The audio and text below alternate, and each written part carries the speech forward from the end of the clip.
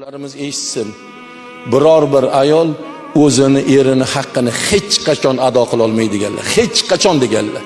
Ba'zi bir amallar bor, bir nimalarnidir qilsa, o'sha shartlarni qilsa, o'shani hal bo'lib, og'ir betobligidan shu darajaga tushdiki, o'sha betob erni burnini bitta burnidan qon, ikkinchi burnidan yiring oqib turibdi. Voy, bu jirkanchni qarang. Ozgina suv oqib qolsa, shunaqa jirkanch ko'rinadi-ku. Agar ro'paramizdagi odam bir mana shu yerda bir narsa oqib tursin, u qon emas, u yiring emas, ozgina bir suyuqlik oqib turibdi. Bunda qaramiz-ku, burningizni artib yuboring deymiz-ku, jirkanchligidan.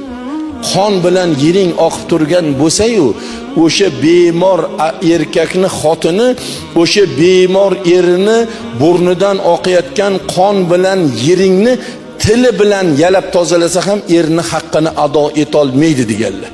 Ayollar haddini bilsin, birodarlar.